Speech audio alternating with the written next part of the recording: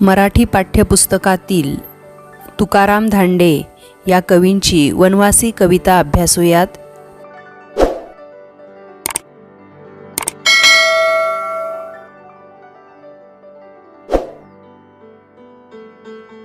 या कवितेचे कवी तुकाराम धांडे यांचा परिचय करून घेऊयात।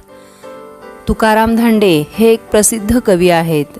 विविध साप्ताहिके, मासिके, दिवाळी अंकांमधून कथा व ललितलेखन त्यांनी केलेले आहे। निसर्ग व माणूस हा त्यांच्या लेखनाचा आवडता विषय। वळीव हा त्यांचा कविता संग्रह प्रसिद्ध आहे। तुकाराम धांडे हे एक बोलीभाषेतील रानकवी आहेत। नावातच तुकाराम असल्याचा त्यांना प्रचंड अभिमान आहे। तुकाराम धांडे म्हणतात, रानावनातले माझे शब्द मी तसेच व्यक्त होणार, ते कळो वा न कळो, पण माझ्या भावना माझ्या देहबोलीतून कळकळीतून कळल्या तरी माझे शब्द अचूकपणे पोहोचणारच, असा विश्वास ठेवत गेल्या 40 वर्षांपासून डोंगर दऱ्यातील शब्दांचा साज लेवत त्यांची कविता फुलत गेली आणि महाराष्ट्राचे काय, पण देशात जिथे जिथे मराठी माणूस आहे तिथे त्या कवितेने काव्यरसिकांचा ठाव घेतला। कवितेचा आशय थोडक्यात पाहूयात। वनामध्ये राहणारी आदिवासी मुले, त्यांचे जीवन, त्यांचे खेळ, खाणेपिणे व त्यांची उत्साही वृत्ती यांचे मनोहारी वर्णन, तसेच वनवासी त्यांचे डोंगरदऱ्यातील जीवन, निसर्ग, निसर्गाविषयीचे प्रेम व त्यामधील अतूट नाते यांचं वर्णन प्रस्तुत कविता वनवासी या कवितेत कवी तुकाराम धांडे यांनी केलेले आहे। प्रस्तुत कविता वळीव या कविता संग्रहातून घेतलेली आहे। मुलांनो, प्रथम आपण कविता ऐकूयात। आम्ही डोंगर राजाची, पोरं कळसू आईची, आम्ही उघडी बोडकी, बाळ परवरा माईची, घेऊ हाताव भाकर, वर भाजीला भोकर, खाऊ खडकाव बसून, देऊ खुशीत ढेकर, खेळू टेकडी भवती, पळू वाऱ्याच्या संगती, वर पांघरू आभाळ, लोळू पृथ्वीवरती, आम्ही वाघाच्या लवणाचे, आम्ही वांदार नळीचे, गाव वहाळा पल्याड, आम्ही उंबर माळीचे, बसू सूर्याचं रुसून, पहू चंद्राक हसून, बोलू वाज तिकिंड्याशी, नाचू घोंगडी नेसून, डोई आभाळ पेलीत, चालू सिंहाच्या चालीत, हिंडू झाडा कड्यांवरी, बोलू पक्ष्यांच्या बोलीत, आम्ही सस्याच्या वेगानं, जाऊ डोंगर यंगून, हात लावून गंगना, येऊ चांदण्या घेऊन। मुलांनो, कवितेचा भावार्थ पाहूयात। आम्ही डोंगर राजाची, पोरं कळसू आईची, आम्ही उघडी बोडकी, बाळ परवरा माईची।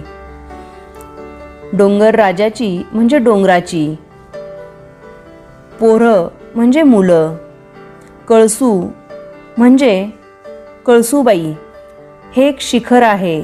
भंडारदरा येथे असलेले सह्याद्रीचे सर्वात उंच शिखर म्हणजे कळसूबाईचं शिखर। उघडी बोडकी म्हणजे उघडी असलेली, अंगावर वस्त्र नसलेली। परवरा म्हणजे प्रवरा नदी, नदीला आई आपण पूर्वीपासूनच म्हणतो आणि कवीने पण इथे नदीला आई म्हटलेलं आहे। प्रवरा नदी ही माझी आई आहे, कारण या नदीच्या काठावरच ही मुलं खेळत लहानाची मोठी झालेली असतात। ओळींचा अर्थ पाहूयात। डोंगर आमचा राजा आहे, आम्ही डोंगर राजाची मुलं आहोत। कळसूबाई शिखराचा परिसर आमची आई आहे। उघडी बोडकी स्वच्छंद बागडणारी आम्ही प्रवरा नदीची बाळं आहोत। कळसूबाईच्या डोंगराचा परिसर व प्रवरा नदीचं खोरं हा आमचा राहण्याचा परिसर असल्याने हीच आमची आई आहे, असं इथे कवी म्हणत आहेत। पुढील कडवं पाहूयात। घेऊ हाताव भाकर, वर भाजीला भोकर, खाऊ खडकाव बसून, देऊ खुशीत ढेकर। भोकर म्हणजे एक रान वनस्पती आहे। याच्या झाडपाल्याची व फळांची भाजी करतात। भाकर म्हणजे भाकरी, खडकाव म्हणजे खडकावर बसून, खुशीत म्हणजे आनंदात। आम्ही हातात भाकरी घेतो। मुलांनो, या मुलांच्या घरी ताट, वाटी, डिश असं काहीही नसतं। यांचं जेवण हातात भाकरी घ्यायची आणि त्या भाकरीवरच भाजी ठेवायची आणि खायचं। म्हणून कवी म्हणतात, आम्ही हातात भाकरी घेतो, त्यावर भोकरीच्या पाल्याची भाजी ठेवतो आणि निवांत खडकावर बसून भाजी भाकरी खाऊन आनंदाने तृप्त ढेकर देतो. आम्हाला जेवायला बसायला डायनिंग टेबल नसतो किंवा खाली बसकर टाकलेलं नसतं. आम्ही आमचं जेवण खडकावर बसून करतो, तेही आनंदाने करतो आणि खाल्ल्यानंतर आनंदाने ढेकरही देतो. किंवा आमच्या खाण्यामध्ये पिझ्झा बर्गर असले पदार्थसुद्धा नसतात किंवा महागडं जेवणसुद्धा नसतं. पुढील कडव्याकडे जाऊयात. खेळू टेकडी भवती, पळू वाऱ्याच्या संगती, वर पांघरू आभाळ, लोळू पृथ्वी भोवती. खेळू म्हणजे खेळणे, पळू म्हणजे पळणे, संगती म्हणजे सोबत. पहा, ओळींचा अर्थ पाहूयात. आम्ही टेकडी भोवती खेळतो, वाऱ्याबरोबर पळतो, आम्ही आभाळ पांघरून घेतो आणि माळरानाच्या जमिनीवर लोळतो, म्हणजेच या पृथ्वीवर लोळतो. आम्हाला खेळायला तुमच्यासारखी मैदानं नसतात किंवा तसं साहित्यही नसतं. क्रिकेट, बॅट, बॉल, बॅडमिंटन अशा कुठल्याही प्रकारचं साहित्य नसतं. आम्ही टेकडीभोवती खेळतो, टेकड्यांवर खेळतो, वाऱ्याच्या वेगाने पळतो, आम्ही आभाळ पांघरतो. आम्हाला राहायला घरसुद्धा नसतं, त्याच्यामुळे आम्ही आभाळ पांघरतो. मस्तमध्ये घराबाहेर झोपतो, माळरानाच्या पृथ्वीवर लोळतो, जमिनीवर लोळतो. पुढील कडवं पाहूयात. आम्ही वाघाच्या लवणाचे, आम्ही वांदार नळीचे, गाव वहाळा पल्याड, आम्ही उंबर माळीचे. वाघाच्या लवणाचे म्हणजे डोंगर पठारावरची डोंगरामधली खळगीची जी जागा असते त्याला वाघाचं लवण असे म्हणतात, जिथे वाघ वस्ती करतात. आणि वांदार नळी म्हणजे डोंगर पठारावरची जागा जिथे माकडे मोठ्या प्रमाणात असतात त्याला वांदार नळी असं म्हणतात. आणि उंबरमाळ म्हणजे जिथे उंबराची झाडे मोठ्या प्रमाणात असतात ते माळरान. उंबराचं फळ हे एक अंजिरासारखंच असतं, तर ह्या ठिकाणी जिथे उंबराची झाडं मोठ्या प्रमाणात उगवतात त्या ठिकाणाला उंबरमाळ असं म्हणतात. माळीचे म्हणजे माळरानावरचे. कडव्याचा अर्थ पाहूयात. जिथे वाघ वस्तीवर असतात त्या लवणावर आम्ही असतो, म्हणजे आम्ही वाघाला सुद्धा घाबरत नाही. वानरांचे वास्तव्य जिथे असते त्या घळीत म्हणजेच नळीत आमचं वावर असतो. ओढ्यापलीकडे आमचे गाव आहे, उंबराची झाडे असलेल्या उंबरमाळावर आम्ही असतो. म्हणजे आम्हाला असं सुरक्षित असं कुठलं ठिकाण नाही किंवा इथे वाघ असतात, इथे माकडे असतात म्हणून घाबरावं अशी आम्हाला कुठली भीतीसुद्धा नाही. पुढील कडवं पाहूयात. बसू सूर्याचं रुसून, पहू चंद्राक हसून, बोलू वाज तिकिंड्याशी, नाचू घोंगडी नेसून. पुढे पहा. बसू म्हणजे बसणे, रुसून म्हणजे रुसणे, चंद्राक म्हणजे चंद्र, वाज तिकिंड्याशी म्हणजे आकाशातील 3 नक्षत्रांचा समूह. घोंगडी ही लोकरीपासून बनवलेली असते, मेंढ्यांच्या लोकरीपासून बनवलेली घोंगडी असते. चंद्राक म्हणजे चंद्राकडे. मुलांनो, या ओळींचा अर्थ पाहूयात. दिवसात तापलेल्या सूर्यावर आम्ही रुसून बसतो, कारण आम्हाला निवारा असा प्रकारच नसतो, पण चंद्राच्या शीतल प्रकाशात रात्री आम्ही चंद्राकडे बघून हसतो. रात्री आकाशातील 3 नक्षत्रांच्या तिकिंड्याची शोभा बघतो आणि घोंगडी अंगावर घेऊन नाचतो. आम्हाला अंगावर घालायला दुसरी वस्त्रसुद्धा नसतात. ती घोंगडी अंथरण्यासाठी असते, तीच पांघरण्यासाठी असते आणि ती अंगावर घेऊन आम्ही नाचतो. पुढील कडवं पाहूयात. डोई आभाळ पेलीत, चालू सिंहाच्या चालीत, हिंडू झाडा कड्यांवरी, बोलू पक्ष्यांच्या बोलीत. आभाळ पेलणे म्हणजे आभाळ झेलणे, सिंह म्हणजे सिंह, सिंहाची चाल म्हणजे सिंहाचं चालणं, त्याच्या चालण्याची ढब. बोलू म्हणजे बोलणे, पक्ष्यांची बोली म्हणजे पक्ष्यांचा जो काही आवाज असतो त्याला पक्ष्यांची बोली असं म्हणतात. ओळींचा अर्थ पाहूयात. आम्ही डोक्यावर आभाळ पेलत सिंहाच्या सारखे डौलदार ऐटीत चालतो, म्हणजे आम्ही गरिबीत आहोत, रानावनात राहतो, आम्हाला शहरी सुखसुविधा नाहीत, तरीसुद्धा आम्ही आनंदात समाधानात आहोत आणि आम्ही डोक्यावर आभाळ पेलत, सूर्याची उष्णता सहन करत, सिंहाच्या चालीत डौलदारपणे चालतो. आम्ही त्यामध्ये दुःख मानत नाही. झाडांवर चढतो, कड्यांवर चढून हिंडतो. आम्ही पक्ष्यांच्या भाषेत बोलतो. आम्हाला पक्ष्यांची भाषा समजते, त्यांचं दुःख समजतं, त्यांचा आनंद समजतो. पुढील कडव्याकडे जाऊयात. आम्ही सस्याच्या वेगानं जाऊ डोंगर यंगून, हात लावून गंगना येऊ चांदण्या घेऊन. सस्याच्या म्हणजे सशाच्या, यंगून म्हणजे चढणे, गंगना म्हणजे आकाशाला. आम्ही सशाच्या गतीनं डोंगर चढून जातो. डोंगर चढताना आम्हाला कुठलीही धाप लागत नाही. ज्या वेगात ससा डोंगरावर चढतो त्याच वेगात आम्ही सुद्धा डोंगर चढतो. आकाशाला हात लावून चांदण्या घेऊन येतो. इथे कवीला म्हणायचंय, निसर्गात राहताना आम्हाला अनोखा आनंद मिळतो. आकाशात चांदण्या घेऊन येणं म्हणजे आनंदात राहणं, असं इथे कवी म्हणत आहे. मुलांनो, आदिवासी समाज हा दाट जंगलात व कडेकपारीत राहतो. झाडांच्या वाळलेल्या फांद्या काटक्या घेऊन त्यांची खोपटी तयार होते. त्या झोपडीत राहतो.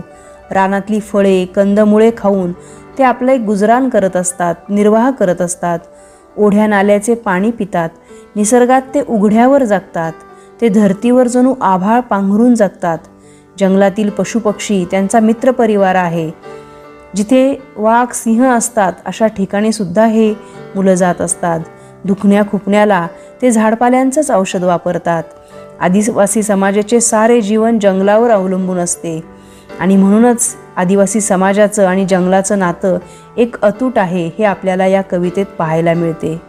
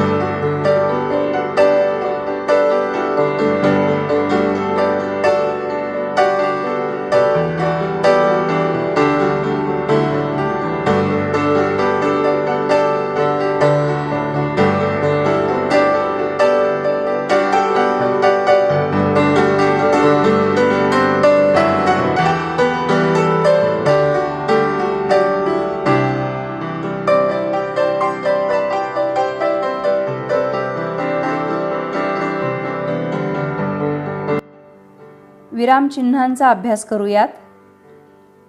मुलांनो, आपण हा उतारा वाचणार आहोत. मीही वाचतीये आणि तुम्ही सुद्धा वाचा. उतारा वाचत असताना आपल्याला काही समजतंय का ते आपण पाहूयात. आवडले का तुला हे पुस्तक? हो, जेवल्यानंतर मी सर्व गोष्टी वाचून टाकणार आहे. जयंत म्हणाला. वडील म्हणाले, रामायण कोणी लिहिले आहे का तुला ठाऊक? रामायणाचा लेखक हा अडाणी कोळी होता. पुढे तो मोठा ऋषी झाला. कोळी होता? जयंताने मध्येच विचारले. हो, वडील पुढे सांगू लागले. फार वर्षांपूर्वीची गोष्ट. मुलांनो, यात जयंत व त्याचे वडील यांचा संवाद दिला आहे. हा उतारा वाचताना वडिलांचे भाषण कोणते, जयंताचे कोणते, ते कोठून सुरू झाले, ते कोठे संपते, काहीच समजत नाही.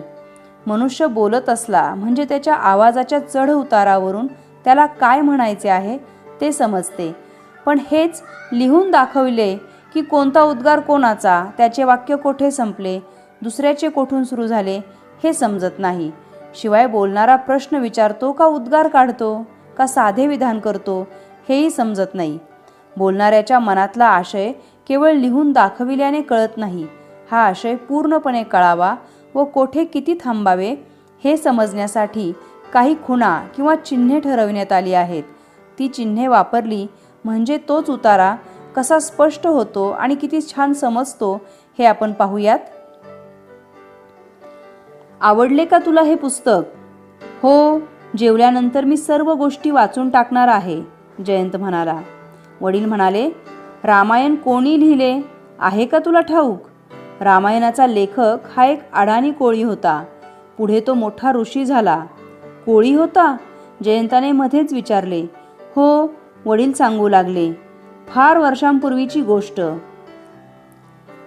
वरील उतार्यात दिलेल्या काही चिन्हामुळे आपण वाचताना कोठे व किती थांबावे हे समजते व बोलणाऱ्या व्यक्तीच्या मनातले भाव सुद्धा समजतात. त्यामुळे उतारा सहज समजण्यास मदत होते.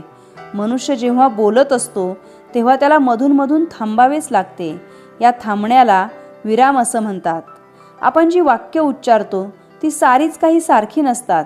केव्हा केव्हा आपले विधान पूर्ण झालेले असते, केव्हा ते अपूर्ण राहिलेले असते, केव्हा प्रश्न विचारायचा असतो तर केव्हा एखादा उद्गार काढायचा असतो. अशा वेळी तो आशय व्यक्त करण्यासाठी तो कमी अधिक वेळ थांबतो किंवा आवाजाच्या चढउतारावरून आपला आशय व्यक्त करतो. पण ज्यावेळी आपला विचार लिहून दाखवला जातो त्यावेळी हा वेळोवेळी घ्यावा लागणारा विराम निरनिराळ्या चिन्हांनी दाखवावा लागतो. त्यांनाच विरामचिन्ह असं म्हणतात. ज्यावेळी आपला विचार लिहून दाखविला जातो त्यावेळी वेळोवेळी घ्यावा लागणारा विराम निरनिराळ्या चिन्हांनी दाखवावा लागतो. त्यांनाच विरामचिन्ह असं म्हणतात. आपण काही विरामचिन्ह पाहूयात. पूर्णविराम चिन्ह तुम्हाला दिसतंय. या ठिकाणी आहे पूर्णविराम चिन्ह. विधान किंवा वाक्य पूर्ण झाले हे दाखवण्यासाठी पूर्णविराम चिन्ह वापरतात. उदाहरणार्थ, रमेश अभ्यास करतो हे वाक्य संपल्यानंतर, हे विधान संपल्यानंतर इथे पूर्णविराम चिन्ह वापरण्यात आलेले आहे. सीमा गावाला गेली हे वाक्य संपल्यानंतर इथे गेलीनंतर क्रियापदानंतर आपण पूर्णविराम चिन्ह वापरलेलं आहे. अजय शाळेत जातो या क्रियापदानंतर वाक्य पूर्ण झाल्यानंतर आपण पूर्णविराम हे चिन्ह वापरलेले आहे. पूर्णविराम चिन्ह आणखी एका ठिकाणी वापरतात. शब्दाचा संक्षेप दाखवण्यासाठी आद्याक्षरांपुढे पूर्णविराम चिन्ह वापरलं जातं. उदाहरणार्थ, ताजा कलम हा शब्द याचे आद्याक्षर लिहित असताना ता पूर्णविराम दिलेला आहे, क पूर्णविराम दिलेला आहे. इथे ता क हे लिहित असताना पूर्णविरामाचं चिन्ह वापरलेलं आहे. डॉक्टर हे पूर्ण न लिहिता डॉ लिहिताना त्याच्यापुढे पूर्णविरामाचं चिन्ह दिलेलं आहे. यशवंत गोपाळ हे पूर्ण शब्द न लिहिता य गो लिहिताना आद्याक्षरांपुढे पूर्णविरामाचं चिन्ह वापरलेलं आहे. इत्यादी हा शब्द पूर्ण न लिहिता त्याचा फक्त जेव्हा आद्याक्षर लिहितो तेव्हा त्याच्यापुढे पूर्णविराम चिन्ह वापरण्यात आलेलं आहे. उदाहरण हा शब्द जेव्हा आद्याक्षर त्याचं लिहितो उदा, त्यानंतर पूर्णविराम चिन्ह वापरण्यात आलेलं आहे. या बाबी पूर्णविराम चिन्हाच्या बाबतीत लक्षात ठेवायच्या. पुढे पाहूयात मुलांनो, तुम्हाला इथे प्रश्नचिन्ह दिसतंय. या ठिकाणी प्रश्नार्थक वाक्याच्या शेवटी प्रश्नचिन्ह वापरतात. जेव्हा जेव्हा प्रश्नार्थक वाक्य येतं तेव्हा तेव्हा त्या वाक्याच्या शेवटी प्रश्नचिन्ह वापरलं जातं. उदाहरणार्थ, तू केव्हा आलास? इथे प्रश्न विचारलेला आहे. प्रश्न विचारला हे दाखवण्यासाठी इथे प्रश्नचिन्ह वापरण्यात आलेलं आहे. तुझे नाव काय? इथेही प्रश्न विचारला आहे आणि ते दाखवण्यासाठी पूर्ण प्रश्नार्थक चिन्हाचा वापर करण्यात आलेला आहे. पुढे जाऊयात. स्वल्पविराम चिन्ह. एकाच जातीचे अनेक शब्द लागोपाठ आल्यास स्वल्पविराम चिन्ह वापरतात. उदाहरणार्थ पहा. हुशार, अभ्यासू, खेळकर व आनंदी मुले सर्वांना आवडतात. हुशार, अभ्यासू, खेळकर यामध्ये स्वल्पविराम चिन्ह देण्यात आलेलं आहे. बाजारातून मी पपई, केळी, फणस व अननस आणला आहे. पपई, केळी, फणस. इथे पपई, केळी नंतर स्वल्पविराम चिन्ह दिलेलं आहे. जेव्हा एकाच जातीचे अनेक शब्द लागोपाठ येतात तेव्हा स्वल्पविराम चिन्ह वापरतात. संबोधन दर्शविताना स्वल्पविराम चिन्ह वापरतात. संबोधन म्हणजे हाक मारणे, कोणाला तरी बोलावणे, आवाज देणे, त्यावेळी स्वल्पविराम चिन्ह वापरतात. उदाहरणार्थ, मधू इकडे ये. मधूला इथे बोलावलेलं आहे आणि त्याच्यामुळे इथे स्वल्पविराम चिन्ह आपल्याला वापरलेलं दिसतंय या ठिकाणी. सुमन तिकडे जा. सुमन नंतर इथे स्वल्पविराम चिन्ह दिलेलं आहे. सुमन तिकडे जा. सुमन, मधू यांना बोलावलेलं आहे, हाक मारलेली आहे, त्याच्यामुळे त्यानंतर आपण स्वल्पविराम चिन्ह दिलेलं आहे. पुढे अवतरण चिन्ह पाहतोय आपण. याच्यामध्ये दुहेरी अवतरण चिन्ह आणि एकेरी अवतरण चिन्ह पाहणार आहोत. प्रथम दुहेरी अवतरण चिन्ह पाहूयात. बोलणाऱ्याच्या तोंडचे शब्द दाखविण्याकरता दुहेरी अवतरण चिन्ह वापरतात. उदाहरणार्थ, तो म्हणाला, मी येईन. तो जे काही म्हणाला ते म्हणालेलं दाखवण्यासाठी इथे आपल्याला दुहेरी अवतरण चिन्ह वापरलेलं दिसतंय. त्यानंतर दुसरं उदाहरण, विजय म्हणाला, मी शाळेत जाणार नाही. विजयच्या तोंडचं जे वाक्य आहे ते आपल्याला इथे दुहेरी अवतरण चिन्हामध्ये दिसतंय. पुढे पाहूयात. एकेरी अवतरण चिन्ह. एखाद्या शब्दावर जोर द्यावयाचा असता एकेरी अवतरण चिन्ह वापरतात. उदाहरणार्थ, मूलभूत ध्वनींना वर्ण असे म्हणतात. आपण मूलभूत ध्वनींची व्याख्या सांगतो इथे. अशा वेळी एखाद्या शब्दावर जेव्हा जोर दिला जातो तेव्हा ते एकेरी अवतरण चिन्हामध्ये दाखवलं जातं. इथे वर्ण या शब्दाला एकेरी अवतरण चिन्ह देण्यात आलेलं आहे. दुसऱ्याचे मत अप्रत्यक्षपणे सांगतानाही एकेरी अवतरण चिन्ह वापरतात. अर्धविराम चिन्ह. दोन छोटी वाक्य उभयान्वयी अव्ययांनी जोडली असता अर्धविराम चिन्ह वापरतात. पहा, दोन छोटी वाक्य उभयान्वयी अव्ययांनी जोडली असता अर्धविराम चिन्ह वापरतात. उदाहरणार्थ, ढग खूप गरजत होते पण पाऊस पडला नाही. ढग खूप गरजत होते हे एक वाक्य आणि पाऊस पडला नाही हे एक वाक्य. ही दोन वाक्य पण या उभयान्वयी अव्ययांनी जोडलेली आहेत आणि त्यामुळे इथे अर्धविराम चिन्हाचा वापर करण्यात आलेला आहे. शेतकऱ्यांनी शेती नांगरली पण पाऊस पडलाच नाही. पुन्हा इथे दोन छोटी वाक्य उभयान्वयी अव्ययांनी जोडलेली आहेत आणि त्यामुळे पुन्हा इथे आपण अर्धविराम चिन्ह वापरलेलं आहे. पुढे जाऊयात. उद्गार चिन्ह. उत्कट भावना व्यक्त करताना ती दाखवणाऱ्या शब्दाच्या शेवटी उद्गार चिन्ह वापरतात. आता उदाहरणार्थ, अरे रे, ही आपली एक उत्कट भावना आहे. तो नापास झालाय हे वाईट वाटतंय आणि त्याच्यामुळे आपण अरे रे असं जेव्हा म्हणतो, असे उद्गारवाचक जेव्हा शब्द काढतो तेव्हा त्या शब्दानंतर उद्गारवाचक चिन्ह वापरतात. शाब्बास, छान खेळलास. छान खेळणं झालेलं आहे आणि त्याच्यामुळे शाब्बासकी दिलेली आहे. शाब्बास या उद्गारवाचक शब्दानंतर उद्गार चिन्ह देण्यात आलेलं आहे. संयोग चिन्ह. दोन शब्द जोडताना संयोग चिन्ह वापरतात. उदाहरणार्थ, विद्यार्थी भांडार हे दोन शब्द एकत्र केलेले आहेत आणि ते करत असताना संयोग चिन्ह वापरलेलं आहे. ते आपल्याला दिसतं. इथे संयोग चिन्हाचा वापर केलेला आहे. प्रेम विवाह हे दोन शब्द एकत्र करताना इथे मध्ये संयोग चिन्हाचा वापर करण्यात आलेला आहे. ओळीच्या शेवटी शब्द अपुरा राहिल्यास संयोग चिन्ह वापरतात. उदाहरणार्थ, आजचा कार्यक्रम शाळेपुढील पटांगणावर होईल.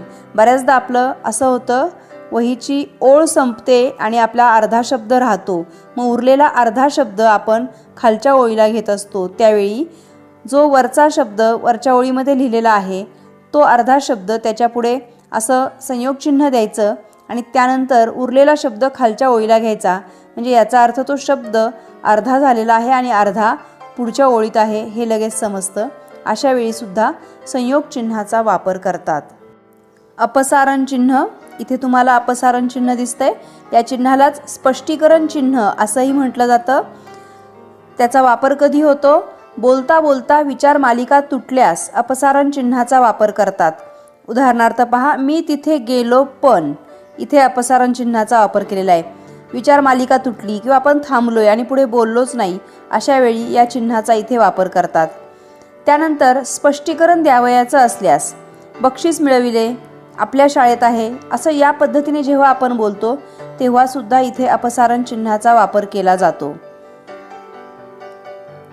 अपूर्ण विराम किंवा त्याला उपपूर्ण विराम असं म्हणतात, ते चिन्ह आपण इथे पाहतोय. वाक्याच्या शेवटी तपशील द्यावयाचा असल्यास अपूर्ण विराम चिन्ह वापरतात. उदाहरणार्थ, पुढील क्रमांकाचे विद्यार्थी उत्तीर्ण झाले आणि कोणकोणते ते उत्तीर्ण क्रमांक विद्यार्थी आहेत ते सांगण्यासाठी इथे जे चिन्ह वापरलेलं आहे ते अपूर्ण विरामाचं चिन्ह आहे. अशा प्रकारे अपूर्ण विराम चिन्हाचा वापर करतात. इथे आपल्याला दिसतंय अपूर्ण विराम चिन्ह.